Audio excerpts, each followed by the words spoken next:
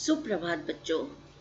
मैं विनीता जैन आपको हिंदी विषय पढ़ाऊंगी। बच्चों, आपकी पाठ्य पुस्तक खुलते पंख पाठ 3 युवक का हट आज हम पढ़ेंगे। इस पाठ में हम एक ऐसे युवक की कहानी पढ़ेंगे जो देश के लिए अपना जीवन समर्पित कर देता है। यह पाठ एक संस्मरण है। आपने बहुत से देशभक्तों के बारे में सुना होगा। ये ऐसे ही एक देशभक्त हैं जिन्होंने अपनी हिम्मत, साहस और दृढ़ निश्चय के आगे अंग्रेजों को भी झुकने पर मजबूर कर दिया था।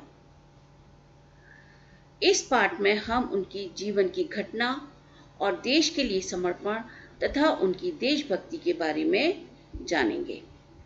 आइए इस पाठ को हम विस्तार से समझते हैं। बात उन दिनों की है जब भारत पर अंग्रेजों का शासन था। अंग्रेज भारतीयों को हमेशा अपनी से नीचा समझते थे। एक दिन यात्रियों से खचाखच भरी एक रेलगाड़ी कानपुर स्टेशन पर खड़ी थी। गर्मी और धक्का मुक्की के कारण लोगों का बुरा हाल था। उसी समय एक खादी का कुर्ता पहने नवयुवक वहां आया। लोगों की हालत देखकर वह सीधा स्टेशन मास्टर के पास गया और उसने स्टेशन मास्टर से प्रार्थना की कि यात्रियों की सुविधा के लिए इस रेलगाड़ी में और डिब्बे लगा दिए जाएं। स्टेशन मास्टर ने साधारण से दिखने वाले उस युवक को डांटकर भगा दिया। युवक को क्रोध आ गया। उसने यात्रियों को संबोधित करके कहा, आप सबने पैसे खर्च करके टिकट लिया है। रेलगाड़ी में बैठने की सुविधा करना रेल विभाग की जिम्मेदारी है। आप सब मेरे साथ चलिए।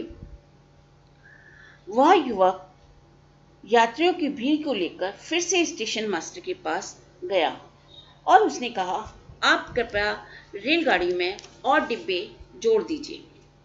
पर स्टेशन मास्टर ने उसकी कोई भी बात नहीं सुनी और उन्होंने गाड़ी को चलने का संकेत कर दिया। इंजन ने जैसे ही सीटी बजाई, वह युवक दौड़कर रेल के इंजन के सामने जाके खड़ा हो गया और जोर जोर से बोलने लगा, यदि यह रेलगाड़ी बिना और डिब्बे जोड़े आगे बढ़ी तो इसे मेरे ऊपर से गुजरना होगा। नवयुवक की हट के आगे स्टेशन मास्टर को झुकना पड़ा और उसने गाड़ी में डिब्बे जोड़ दिए।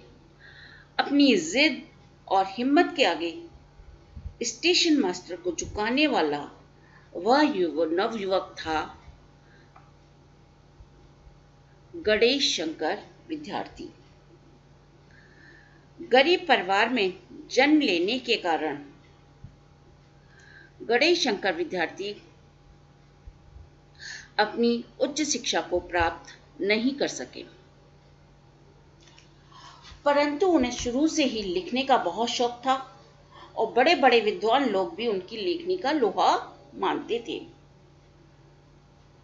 गणेश शंकर विद्यार्थियों को गरीबों की सहायता करने में बहुत आनंद मिलता था।